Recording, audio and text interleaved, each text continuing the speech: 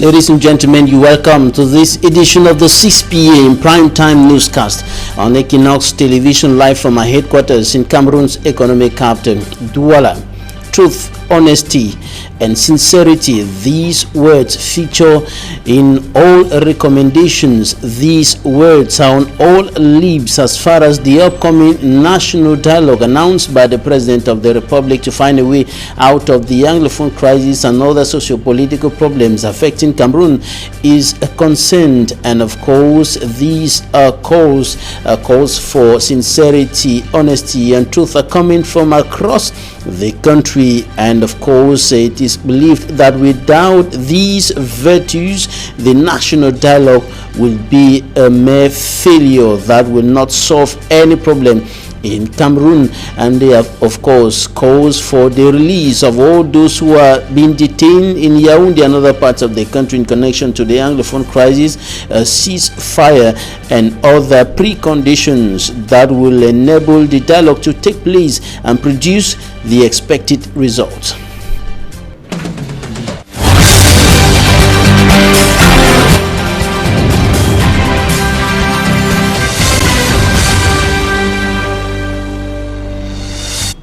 Thanks, ladies and gentlemen, for joining us on this edition of the news on Equinox Television. We begin in the northwest region of the Republic of Cameroon, where consultative meetings have been going on in different parts of the country, from the regional capital to the divisional capitals. Some administrative officials and, of course, other stakeholders have been meeting to discuss the upcoming national dialogue convened by the President of the Republic of Cameroon.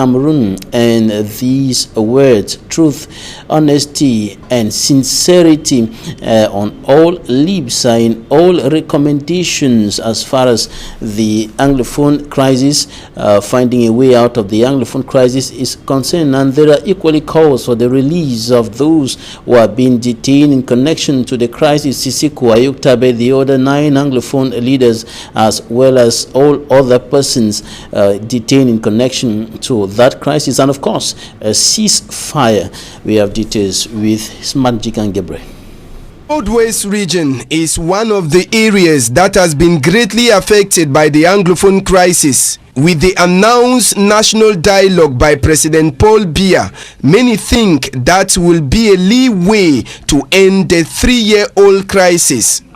At the Northwest Regional Governor's Office this weekend, the Northwest Governor chaired a 3-hour pre-dialogue meeting before the presentation of their proposals to the Prime Minister and Head of Government. It should be without any discrimination, without any hatred.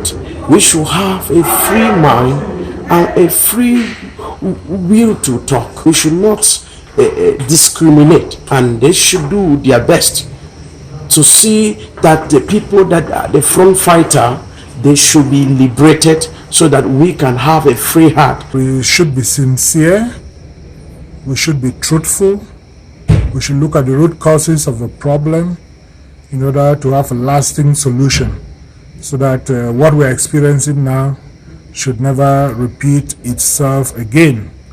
And while we continue to hope and pray that the dialogue will be successful, the auxiliary bishop of the Bamenda Archdiocese, however, calls for restraint from both the separatist fighters and the military. It is important for those who are involved, especially with the exchange of arms, the fighting and the shootings and the killing. I mean, the Amber fighters, the military people, they should all change their approach to respect human life and the dignity that goes with human life, and to make sure that the population is living in peace, and that each and every one of us should give our own contribution so that the dialogue that is being organized should be successful. Northwest Governor is hopeful that at the end of the dialogue in Yaoundé, the population will be satisfied. A dialogue is well when it is well prepared, and we are preparing it well. We are long started preparing it, and from the education I'm observing, if we are quite sure that we are well prepared in our region, I'm hoping that the resolution will arrive at after the dialogue in Yaoundé will be up to the expectation of the population and tabled to the head of states, who finally will look for a solution through the institution of the republic. In Momo Division, support to victims of the crisis, review of the form of state, third party to serve as a mediator, and a neutral ground for the dialogue were part of the 20 points tabled before the senior divisional officer Absalom Monono in his pre-dialogue meeting. The meeting ended with the selection of 10 persons, 2 from each subdivision and other representatives from armed groups and forces of law and order to represent the division at the national dialogue table. That is acceptable to all.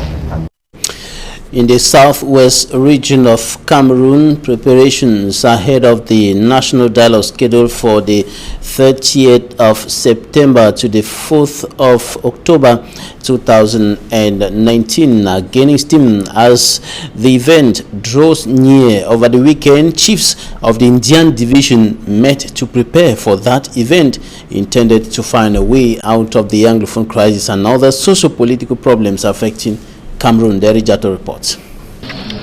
Analysts are on it that if the nation is really sincere in her search for a true and lasting solution, the past, the present and the future should be part of the national dialogue. And the chiefs of Indian division are going back to their root, their ancestors, for guidance.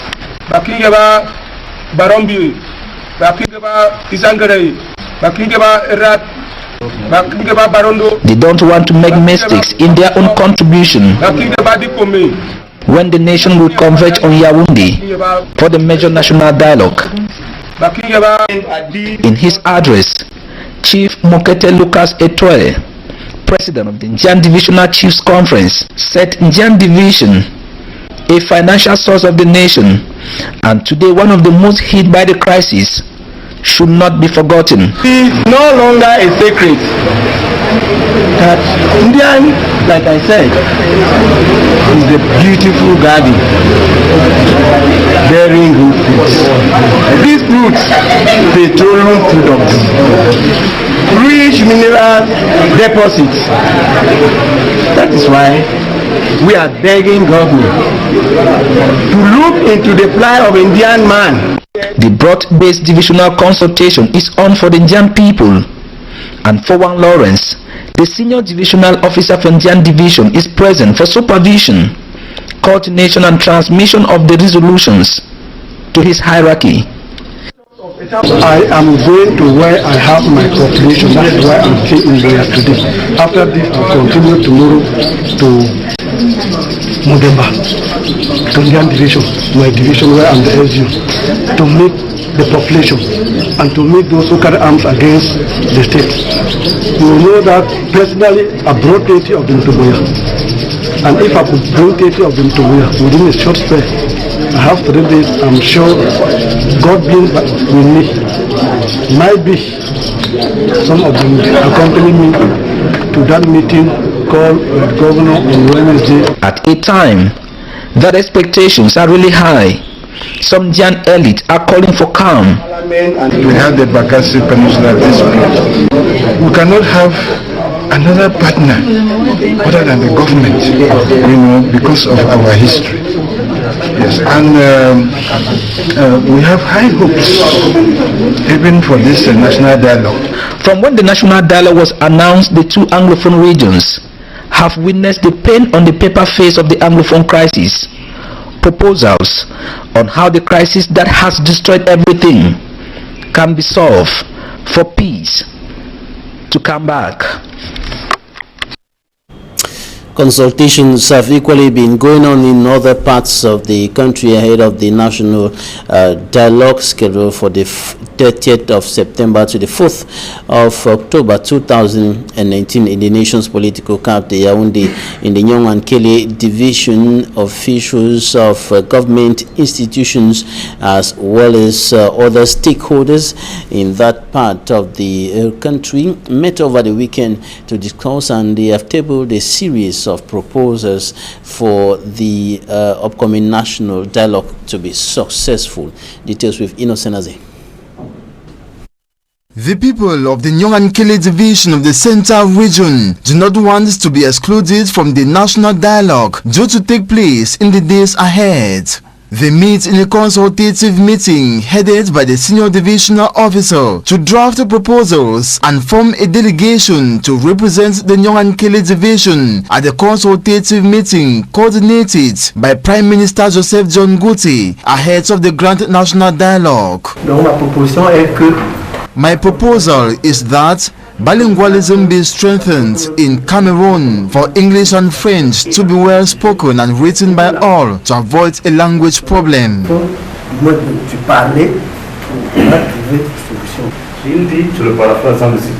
Laws should be respected by all, with government authorities showing clear example. That's to say, government should not violate the laws and punish mere citizens for similar offense. Each and every one, irrespective of position or class, was given the opportunity to speak. Faire éclater le dialogue. Robert Bapoliport, elite of the Nyong and Kele division, hails the initiative and believes it will solve the Anglophone crisis and other issues of social life all over Cameroon. Qui sont aujourd'hui posés quant à la gestion de la paix dans nos deux grandes régions du nord-ouest et du sud-ouest. It is wish of the population of the Nyong and Kele division to see their proposals taken into consideration and administered the problems so that Cameroon gets back on its wheels to attain its 2025 emergence vision. The Littoral Governor Samuel Jedune Vahadiboa and other top personalities, political, religious and civil society leaders equally met here in Douala over the weekend to discuss proposals from the littoral region to the national dialogue proposals that will be taken to the national dialogue in Yaoundé. And speaking to us shortly after that event, some of the participants indicated that if there is no sincerity, if there is no honesty, if there is no truth in the upcoming national dialogue, and if people cannot speak freely, speak out their minds freely, that dialogue is not going to yield any fruit. It's not going to solve the problems, the Anglophone crisis, and of course the other socio-political problems affecting Cameroon. Take a listen to Joseph Antoine Bell. He is an elite of the littoral region and a one-time indomitable lion. He spoke to our reporters. Take a listen. Littoral is saying dialogue means expressing himself totally, fully and sincerely, and we think if we do that, we are going to build confidence, we are going to build trust, because if someone is telling you the truth is something you always feel inside yourself. So if he is telling you what he's thinking, then you will feel you can trust him, because he told you things that maybe you knew but didn't imagine other people were thinking about. So if we go there to really say what we think, to really say what we feel, which means when you say something, someone will react, and from this reaction you can notice, hey, I was so selfish, I was wrong because I didn't imagine the way other people were looking at me and what they were seeing. So if we go there sincerely, if we go there with truth in our mind, I'm sure we are going to come out with something that will help us build the new Cameroon. For the first time, we are going to sit to talk about our country, not talking the way colonialists wanted us to talk. Today we are talking for ourselves and we are talking by ourselves without anybody interfering in what we have to say. Thank you very much. You are Joseph Antoine Bell speaking there with regards to the upcoming national dialogue, and there has been widespread criticism with regards to the list of persons to represent different regions of the country at the national dialogue, and there has been widespread condemnation with regards to the fact that many of the lists of persons to represent different parts of the country are made up of mostly CPDM militants and officials and government members from the center through the littoral to other parts of the country. The lists are mostly made up of members of the ruling Cameroon People's Democratic Movement, and this has brought many people to the point of saying that it's going to be a CPDM dialogue, is going to be a beer dialogue, and the president of the Social Democratic Front for the central region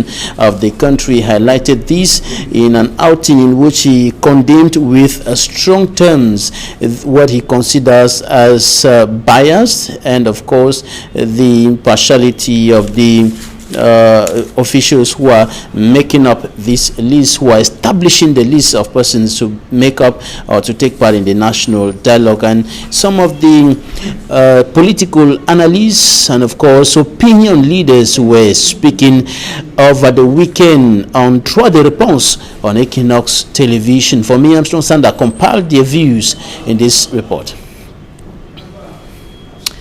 That report is not there. Coming up next, we're going to take a look at the safety of journalists in the Republic of Cameroon. And journalists are at risk every day, at the risk of being arrested, being detained, being tortured within the context of the deepening Anglophone crisis. And this situation brought together some journalists in Limbe, in the southwest region of the country, over the weekend, and they were discussing the safety of journalists. Details in this report by Hermine Iluga. Scared of the unknown, journalists in Cameroon today prefer treating non-controversial issues, for instance, reports on health, education, sport, amongst others. According to the pressman, it's recurrent since the outbreak of the crisis in the troubled regions to be intercepted by administrative authorities, as they see for journalists to report politics and issues concerning the delicate third Anglophone crisis means being daring. What we face is the apt knowledge on how to combat conflict first. Secondly, we have serious confidence or trust issues from both parties involved in conflicts who consider journalists as threats or as enemies. There is a tendency for those involved in the conflicts to want to get journalists to report the stories from their perspectives. And then there is the issue of security. It is difficult for the security of journalists to be guaranteed in times of crisis because maybe there are no laws that actually defines the way journalists should function in times of crisis. To avoid unforeseen circumstances, pressmen have been drilled these recent years on how to handle fair and balanced reports by avoiding hate speech in moments of crisis. So we think that if there is need, there should be a revision of the 1990 laws, especially with respect to the aspect of public authorities to be able to give us information when we need them. As a recommendation, more and more training should be organized so that journalists could be trained, refreshed, so to understand what conflict reporting is all about, responsible reporting is all about. Irrespective of this, wept in between the desire to dish out factual information to the public and that of obeying administrative exigencies, the number of journalists today in Cameroonian prisons with respect to the ongoing crisis is considered alarming. Fire continues raging in Cameroon's economic capital, Douala. Several shops have been consumed by flames at the Mbopi market. Details with Immaculate Fogwe. More than 5 shops have been reduced to ashes following a fire incident that broke out on Sunday in the Mbopi market in the Douala 1 municipality. The inferno is reported to have broke out at about 3 p.m., consuming mainly shops specialized in the sale of plastic shoes. It was at about 3 p.m. that the fire started. We hurriedly called the firefighting brigade but got no answer. So we rushed to the gendarmerie brigade and alerted them of the situation. They finally got in contact with the firefighting brigade. Some shop owners had to break into their shops so as to remove some of their items. But thanks to the intervention of the firefighting brigade, the fire was stopped from spreading further. Traders suspect the incident was caused by an electric circuit since they were in the dark prior to the incident. Fire outbreaks are very current in markets in Douala and are most often caused by short circuit as a result of the poor electrical installations in the market. Talking Point is up next.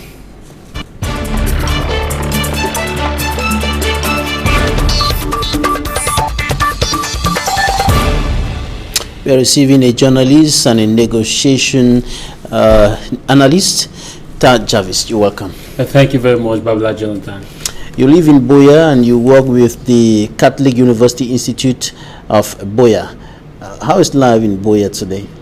Well, to be more precise, life in Boya as of the time I left was not easy last night. Where I live, Moya, to be more precise, we had a lot of shootings in the night, and coming now it was not still easy. And we have been told by some of our authorities that the situation is gradually returning to normalcy. Well, that depends on the fence you're sitting on, and that still takes us to where we are today, the aspect of denial, which has a great role to play, especially when we are talking about dialogue. What they are saying depends on how the editorial policy, I'll put it that way, but from the humanitarian perspective and from the truth perspective, and from the perspective where we are all clamoring for dialogue, I think we should not exaggerate that things are getting to normalcy. It's not easy. In my area, there was a lot of shootout around 8:30 break-in today. I had a lot of shootout. So whoever is saying that, I think the person maybe is talking based on his or her own hypothesis, which I can confidently tell that person that's wrong. Right. You've certainly seen some of the list of representatives of different regions, persons who will be going to Yaoundé to take part in the national dialogue and so on. And you've certainly heard people criticizing the persons who are in most of those lists, mostly members of the CPDM political party. You are an expert in negotiation. When you look at this, what do you think about the dialogue that's going to take place on the 4th, from the 30th of September to the 4th of October? Well, Babila, as a negotiator, I feel the first thing is we should make it clear is that the worst form of dialogue is better than non-dialogue. When I say this, I know a lot of people will not understand what I mean. Let me break it down. The worst form of dialogue is that when you go to the table, there are practically three main reasons why you go to the table. Dialogue in itself is a name, but the process is called negotiation, where you have to influence the other party. And another thing that I have to make it clear here is that calling for a dialogue, you must not reach a compromise. It's not obliged to reach a compromise. So the worst form of dialogue is better than non-dialogue in the sense that when you go to the table, you get to understand the version of the other side. You get to really get their point to see why they think they are behaving the way they are behaving. Sometimes when you're sitting on the other side of the panel, you don't know exactly what the other persons are saying or what they actually are doing. You're just probably giving a hearsay kind of story. But when you go to the table, it doesn't mean that you must reach a compromise. It's to get to understand what they are really saying so that you can actually defend your position wherever and whenever the dialogue is called upon. So to me, it's not who represents who, but to me is what is going to be said on top of the dialogue table. But the persons who will be on the dialogue table will determine the outcome, will determine what will be said. Babila, we are missing things here from how the dialogue should be and who should sit on the table. The problem with this crisis is a lot of Romo. Let me break down what I'm saying is, in essence, is that it's not who sit on the table. The problem is what interest we carry on. In negotiation, there are 4 practical issues we must consider. First, the aspect you have to do an assessment before you call for a dialogue, which both parties, whether you are a federalist, you are a confederalist, you are an independentist or a decentralist, you must do what's known as an assessment. The second is preparations. The third, after the assessment and preparation, the third is you take engagement, that you convey the dialogue. The fourth now is you engage the people into discussion. And when we are talking about this aspect of who sits on the table, who should not sit on the table, to me at this point in time, whoever the Anglophones agitators from the federalist standpoint should do their consultation too. The second, those who are for restoration or separation should do their consultation. The third is that the decentralists should do their consultation, and they are doing that. Let me be honest here with you, Babila Jonathan. The truth is that those who are saying they will not come to the dialogue table are missing things here. When you have a problem with your wife and your wife says, "Come, let me talk to you," you have to go and listen. Listening doesn't mean that you are getting to accept the condition that your wife is going to tell you. You have to listen so that it gives you the ability now to make an assessment of the situation, to see how you can get the points involved, and those are the 4 practical issues. Will it be wise if the 10 regions were to be represented at 80% or 90%, as we can make some rough calculations from the list that we have now at our disposal?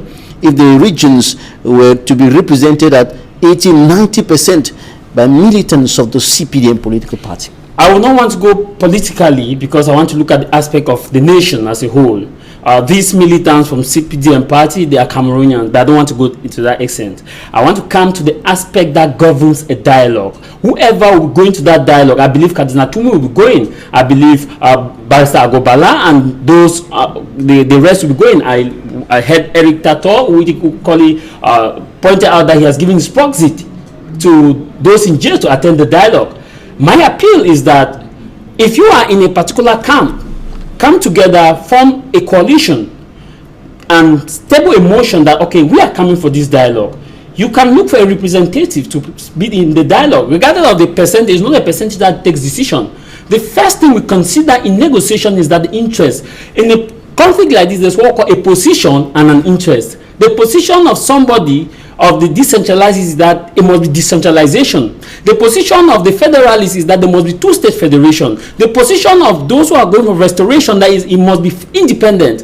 But very often many people have failed to ask, why do you want independent? Why do you want decentralization? Why do you want confederation? Why do you want 2-state solution? Is because of the interest. The underlying it is the interest. Mr. A will tell you I want federation because there will be freedom of speech, there will be equal distribution of income, there will be this, there will be that. Those are the underlying needs. And in negotiation, you separate the position from the interest. You focus on the interest and you keep aside the position. Why we are here today is because the government and all those agitators focus on their position than the interest of the people. They looked at their position, the position that it must be decentralization. The second aspect is that you separate the people from the problem. The people from the problem, when you separate the people from the problem, it gives you the ability to handle the crisis well. What I mean by separating the people from the problem is that you don't call people names. Mr. Babila, if you have a wife in the house, I'll just give this an example so that the common man can understand, and your wife does something that's wrong, you say, Regina, you're a stupid woman, you're this, you're that, you cannot cook. Yeah, you have brought a problem and you have not separated Regina. Regina, the aspect fully stupid woman is Regina. Regina cannot cook is a problem. Regina, I think I have your interest. You are my wife. But I see that there's a problem there that you cannot cook. What could possibly cause you not to cook? I want to help you. Help me understand you. That's how you have separated the person from the problem. But when we hear people call names, terrorists, this, that, octogenarian, dictatorship, emotions come in and it causes the conflict to escalate. Now you heard everybody, all those whom we heard their views in this newscast, and before now, talking about honesty, talking about truth, talking about sincerity. With the way this dialogue is being organized now, with the general outcry on the point that the President of the Republic is single-handedly masterminding everything to his own direction. The CPDM is hijacking everything to its own direction. We've heard this coming from political leaders, civil society organizations, and so on. Do you think that truth, honesty, and sincerity would be on the table? I don't want to be a pessimist, but truth, honesty should be on the table and must be on the table. Remember that they're not going for dialogue to reach a compromise. They're going to change the form from confrontation to cooperation. And if it doesn't happen, they have to go back. Remember, before we take leave, let me explain. There are 3 things we have to consider when we go for dialogue. What makes a good dialogue? 1, it must be efficient, meaning that it must be able to produce tangible results that can solve the crisis. 2, it must be prudent in such a way that people are given the opportunity to express themselves. The final, which is the most important, is that when you are going for dialogue, it should at least improve the relationship or should not damage existing relationship, so that if the negotiation or the dialogue fails, you can easily convene these members on the table. But if we look at what is happening now, people don't have trust for the leaders, people don't have truth, they don't believe in truth. But the bottom line is that we should understand that this is not going to solve the crisis. Truth must be on the table. If it's not on the table, then we are going to add more kerosene inside the burning fire. So we should think twice on this dialogue table. It can either make or mar. All right, Jarvis, you are a journalist and a negotiator. Thanks for coming. Thank you, Babla Jonathan. Thanks, ladies and gentlemen, for staying with us. That's it for today.